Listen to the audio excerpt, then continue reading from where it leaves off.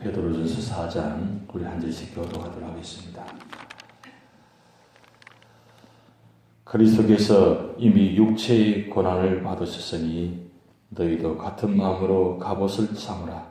이는 육체의 고난을 받은 자는 죄를 그쳤음이니 그 후로는 다시 사람의 정욕을 따르지 않고 하나님의 뜻을 따라 육체의 남은 때를 살게 하렵니다.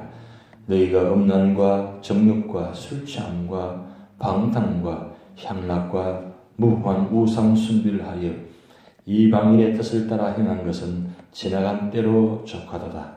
이러므로 너희가 그들과 함께 그런 극한 방탕에 다름질하지 아니하는 것을 그들이 이상히 여겨 비방하나 그들이 산 자와 죽은 자를 심판하기로 예비하신 이에게 사실대로 고하리라. 이를 위하여 죽은 자들에게도 복음이 전파되었으니 이는 육체로는 사람으로 심판을 받으나 영혼으로는 하나님을 따라 살게 하려 함이라. 만물의 마지막이 가까웠으니 그러므로 너희는 정신을 차리고 근신하여 기도하라. 무엇보다도 뜨겁게 서로 사랑할지니 사랑은 흔한 죄를 덮느니라.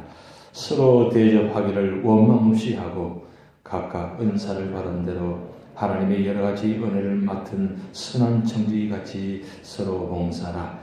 만일 누가 말하려면 하나님의 말씀을 하나님과 같이 하고 누가 봉사하려면 하나님이 공급하시는 힘으로 하는 것 같이 하라.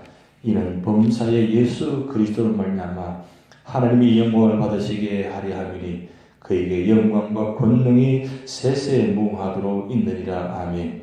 사랑하는 자들아, 너희를 연단하려고 오는 불시험을 이상한 일 당한 같이 이상히 여기지 말고 오히려 너희가 그리스도의 고난에 참여하는 것으로 즐거워하라. 이는 그의 영광을 나타내실 때에 너희로 즐거워하고 기뻐하게 하려 함이라. 너희가 그리스도의 이름으로 치욕을 당하면 복 있는 자로다. 영광의 영 곧 하나님의 영이 너희 위에 계심이라. 너희 중에 누구든지 살인이나 도둑질이나 악행이나 남의 일을 간섭하는 자로 고난을 받지 말려니와 만일 그리스도인으로 고난을 받으면 부끄러워하지 말고 도리어 그 이름으로 하나님께 영광을 돌리라. 하나님의 집에서 심판을 시작할 때가 되었나니 만일 우리에게 먼저 하면 하나님의 복음을 순종하지 않은 자들의 그 마지막은 어떠하며 또 의인이 겨우 구원을 받으면 경건하지 아니한 자와 죄인은 어디에 있으리요. 합독하시겠습니다. 그러므로 하나님 뜻대로 고난을 받는 자들은 또한 선을 행하는 가운데에 그 영혼을 미쁘신 창조주께 얻다 할지어다. 아멘. 요즘 한국이 좀 많이 복잡합니다.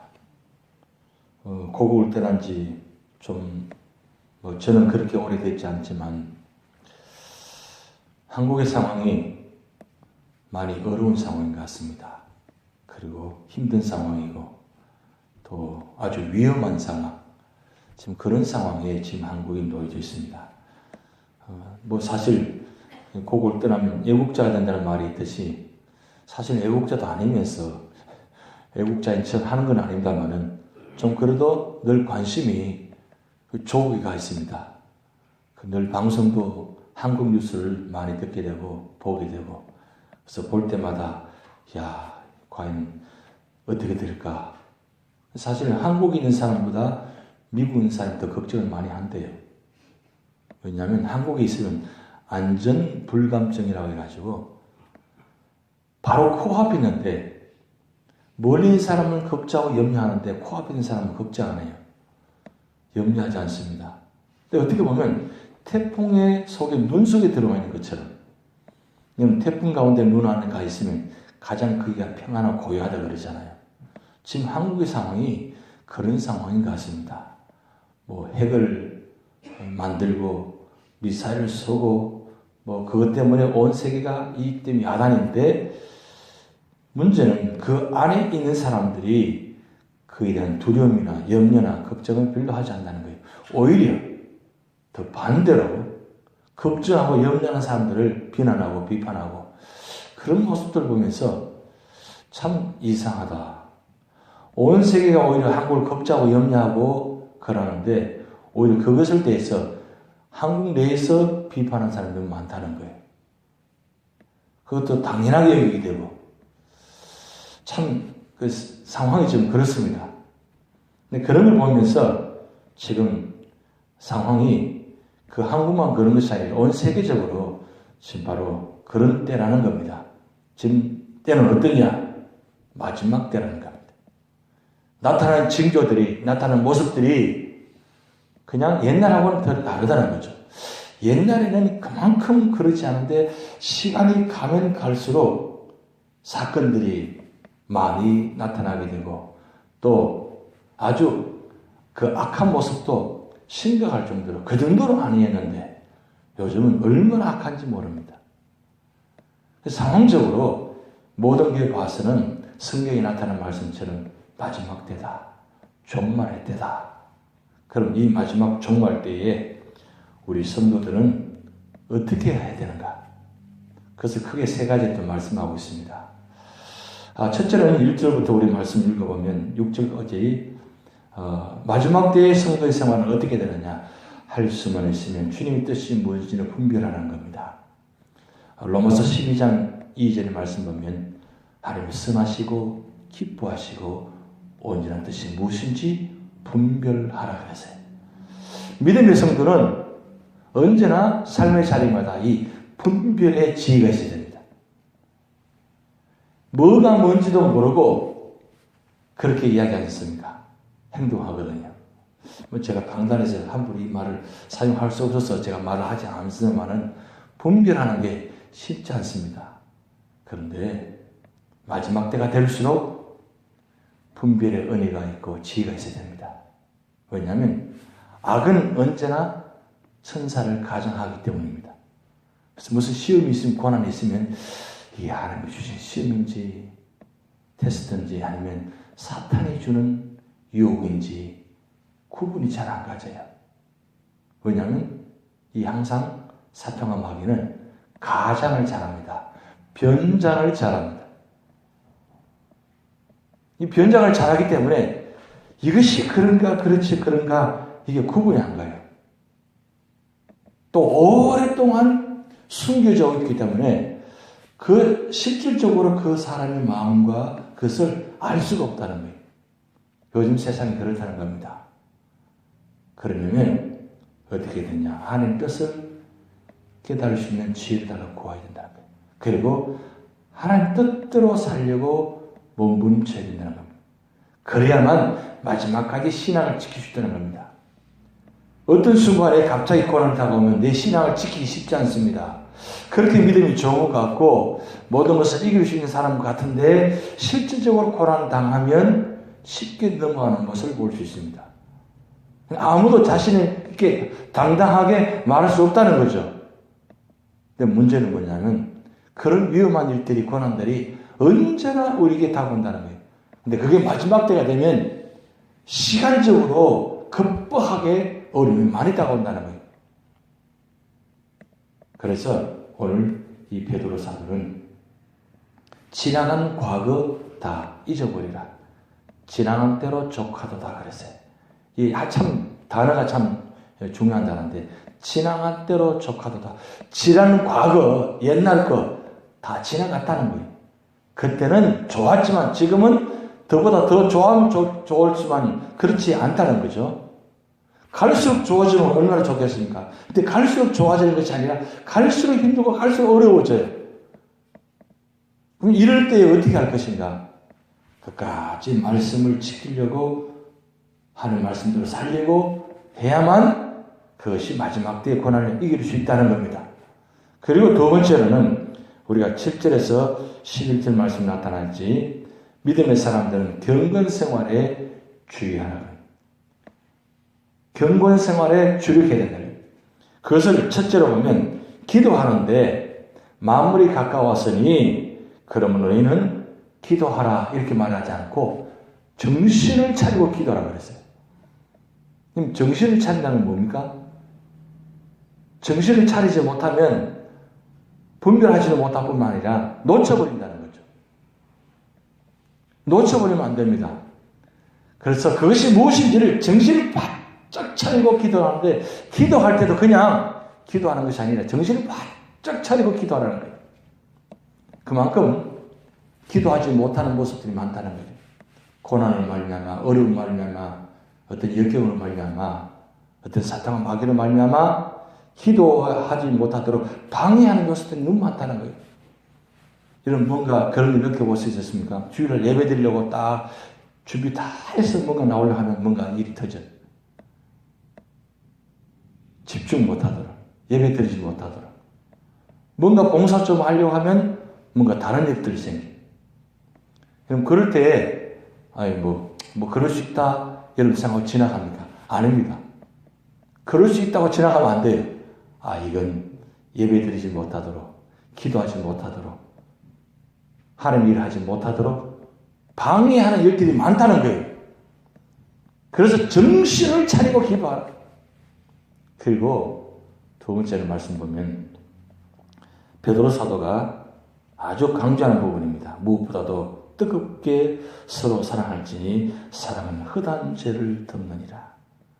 여러분 이 복도에 보면 복도를 딱 통과하고 딱 정면에 바라보면 이 말씀이 걸려 있어요. 기억하시는지 모르겠습니다만은 여기 본 말씀을 어느 분이 거기다가 붙여놨는지 모르지만 제가 왔을 때 보니까 붙여져 있더라고요. 근데 말씀은 뜨겁게 사랑하라고 했는데 어떻습니까? 뜨겁게 사랑하지 못하잖아요. 왜 뜨겁게 사랑하라느냐? 우리가 받은 사랑이 너무나 크기 때문입니다. 우리가 받은 사랑이 보통 사랑이 아니잖아요. 그 사랑의 크기와 넓이, 높이, 깊이를 설명할 수가 없습니다. 그런데 하나님은 우리를 사랑하는데 뜨거울 정도로 사랑하셨어요. 근데 우리가 받은 사랑이 그렇게 뜨겁게 사랑을 받았기 때문에 우리도 뜨겁게 사랑하는 겁니다. 여러분 오늘 이 본 말씀, 8절 말씀 보면 요한복음 21장 15절에서 17절 나타나 있는 예수님께서 디베레 바닷가에서 세 가지 질문하는 네가 나를 사랑하느냐? 그 질문이 생각나지 않습니까? 그때에 베드로 사도가 받은 감동, 사랑 평생 잊을 수가 없을 것입니다. 왜냐하면 예수님 보는 앞에서 채찍질 맞으면서 고통당하는 모습 앞에서 예수님 3번이나 부인했거든요. 그리고 그 3번 부인하면서 닭 울음소리를 들었거든요. 그러면 베드로 사도는 치킨을 못 먹습니다. 왜 그렇습니까? 닭 먹을 때마다 어떻게 먹을 수 있겠어요? 그래서 저는 닭 먹을 때마다 그런 생각이 들어요. 베드로 사도가 어떤 마음이었을까?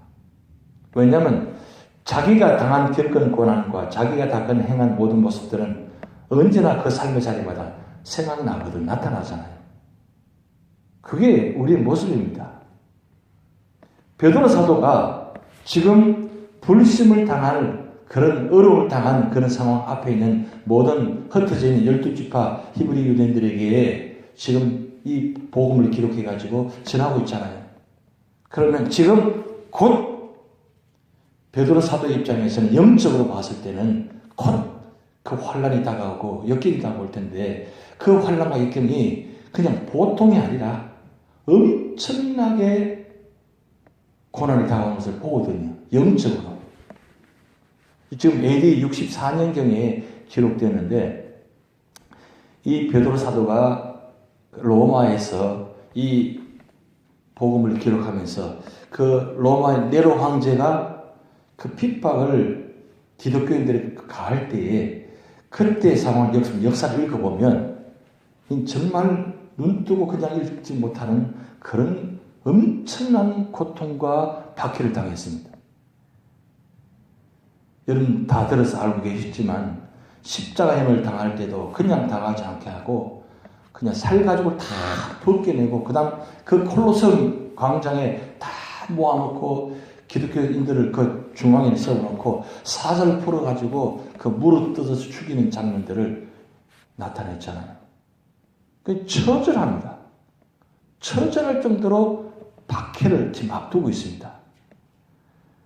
베드로 사도 입장에서는 영적으로 하나님께서 보여주신 상황입니다. 그래서 이런 말씀 보면 뒤편에 12절 말씀 보면 불심이라 말합니다.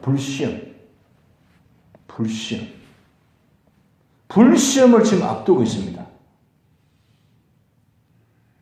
여러분 앞에 만약에 그런 불시험을 앞에 두고 있다면 그냥 그렇게 편안하게 있을 수가 있습니까? 편안하게 있을 수가 없습니다. 그런데 왜 그토록 하느냐? 그런 마음으로 사랑해야만 놓치지 않는 거예요. 그리고 여기 말씀 보면 10절, 11절 말씀 보면 우리가 교회 안에서 어떻게 신앙생활로 봉사하는지 나타나 있습니다. 각각 은사를 받은 대로 하나님 여러 가지 은혜를 맡은 선한 증지같이 서로 봉사라. 만일 누가 말하려면 하나님 말씀을 하는 것 같이 하고 누가 봉사하려면 하나님이 공급하신 힘으로 하는 것 같이 하라. 보면 내가 말할 때도 봉사할 때도 하나님 말씀을 하는 것처럼 하나님이 공급하시는 힘으로 하는 것 같이 하라는 거예요. 그렇지 않으면 우리 실족합니다. 실패합니다. 시험 떱니다. 그래서 베드로 사도는 우리 말 한마디를 하더라도 하나님 말씀하는 것처럼 하고 그리고 봉사할 때도 내 힘으로 봉사하지 말고 하나님 주신 힘을 가지고 봉사하라고 합니다.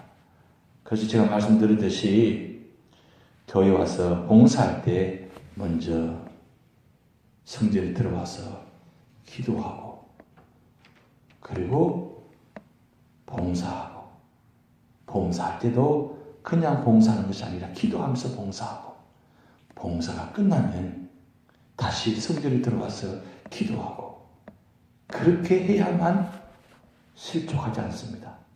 시작도 과정도 끝남도 다 하나님 주신 힘으로 해야만 실족하지 않습니다. 와서 봉사할 때 기도하지 않고 덜컥 봉사부터 하면 여러분 시험 듭니다. 그리고 시험 든 상태로 그냥 떠나가면 교회 나가면 그냥 그대로 머물러 있습니다. 그런데 봉사하다 보면 때로는 어려움도 있고 시험도 들 때가 있습니다. 그런데 다시 성전에 들어와서 기도하고 다시 회복하고 그렇게 하면 그게 하나님 주시는 힘으로 한다는 거죠. 그게 바로 성도의 신앙의 모습입니다. 왜 예배가 중요합니까? 예배는 하나님 관계를 회복하는 겁니다. 하나님 만나는 자리예요. 그래서 교회는 예배가 제일 우선순위입니다. 가장 우선순위가 예배입니다. 예배를 통해서 은혜 받지 못하고 예배를 통해서 내가 힘을 얻지 못하면 모든 봉사, 모든 교회는 다 실패합니다. 다 시험되는 거예요. 그래서 예배가 소중한 겁니다. 오늘 베드로 사도는 그걸 느끼기에 체험했기에 그렇게 믿는다고 그렇게 잘 따른다고 그렇게 폼 잡았는데 결정적인 순간에 어땠습니까? 예수님 십자가 고통 앞에 고난 앞에서 채찍질 만들어 가면서도 그렇게 나도 주님처럼 채찍질 맞겠습니다. 나도 같이 당하겠습니다. 이렇게 해야 되는데 그렇게 하지 않고 어떻습니까? 다 도망가 버렸어요. 도망갈 정도가 아니라 다 배신했습니다. 하나님의 이름으로 저주까지 해버렸어요. 이게 있을 수 있는 일입니까? 그게 있을 수 있다는 거예요. 왜냐하면 하나님 주신 힘을 가지고 하지 않으면 그럴 수 있다는 거예요. 그래서 우리가 맡은 자리에 할 수만 있으면 이 경건 생활에 마지막까지 기도하면서 자리 지켜야 된다. 그리고 마지막 세 번째는 12절부터 19절 말씀인데 마지막 고난이 있다는 겁니다. 고난이 있는데 12절 말씀 우리 같이 읽어보시겠습니다. 사랑하는 자들아 너를 연단하려 오는 불시험을 이상하게 당한같이 이상히 여기지 말고 오히려 그리스도의 고난에 참여하는 것으로 즐거워하라. 이는 그 영광을 나타냈을 때 너희로 즐거워하고 기뻐하게 하려 함이라. 여러분 여기 보면 이 불시험이 오는데 불시험 전에 이 불시험의 내용이 뭐냐 그게 중요합니다. 이 불시험의 내용이 뭐냐 그것은 우리를 연단하게 하기 위해서 이 단어가 중요합니다.